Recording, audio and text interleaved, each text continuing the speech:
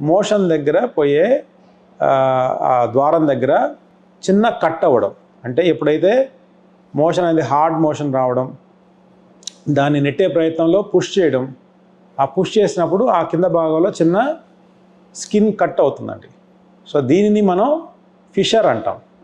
So ఈ fissure అనే ప్రాబ్లంలో ఎక్కువగా severe pain and also bleeding, ఈ రెండు మనకి ముఖ్య లక్షణంగా కనిపిస్తుంటుంది. మోషన్ పోయేటప్పుడు చాలా విపరీతమైన నొప్పి, భరించలేనంత నొప్పి వస్తూ ఉంటుంది. మోషన్ ఎవరికైతే హార్డ్ అవుతుందో, అంటే మోషన్ గట్టిపడి ఉండలాగా తయారవుతుందో వాళ్ళలో ఇలా ఫిషర్స్ అయ్యే ఛాన్సెస్ ఎక్కువ. ఈ ఫిషర్ కాస్త ఇంకొంచెం ఎక్కువ ముదిరితే, అంటే నెక్స్ట్ స్టేజ్ దాకా పోతే అక్కడ చిన్న యాబ్సెసెస్ ఫామ్ అవ్వచ్చు, అంటే చిన్న పస్ కలెక్షన్ అవ్వచ్చు. ఆ పస్ కలెక్షన్ కాస్త బర్స్ట్ అయింది అనుకోండి, ఏదర్ సర్జికల్గా కానీ లేదంటే న్యాచురల్గా కూడా బర్స్ట్ అయిపోతే అది నెక్స్ట్ స్టేజ్ అంటే ఫిస్టులాగా కన్వర్ట్ అయ్యే ఛాన్సెస్ ఉన్నాయి.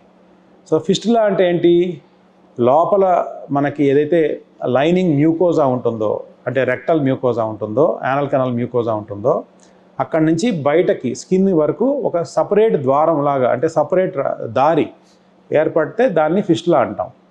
సో ఈ ఫిస్టులా అనేది ఖచ్చితంగా ఒకసారి అంటూ ఏర్పడితే దానికి మనం 100% సర్జికల్ ట్రీట్మెంటే చేయాల్సి వస్తుంది.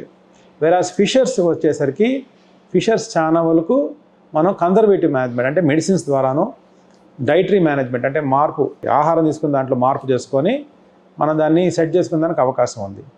ఈ ఫిషర్స్ ఎప్పుడైతే క్రానిక్ అయిపోతాయో, అంటే ఇనీషియల్ ఫేజ్లో కానీ మనం సరిగ్గా దాని ట్రీట్మెంట్ తీసుకోకపోతే క్రానిక్ ఫిషర్ అంటాం. అంటే మోర్ దాన్ 2 weeks కానీ అది పర్సిస్ట్ అయితే దాన్ని క్రానిక్ ఫిషర్ అంటాం.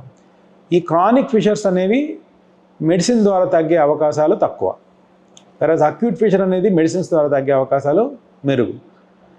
బట్ ఫిస్టులా విషయానికి వస్తే, ఫిస్టులాస్ అనేవి 100% ఒకసారి ఫామ్ అయితే అవి పోదు, మనం ఖచ్చితంగా దానికి సర్జరీనే చేయించుకోవాల్సి వస్తుంది.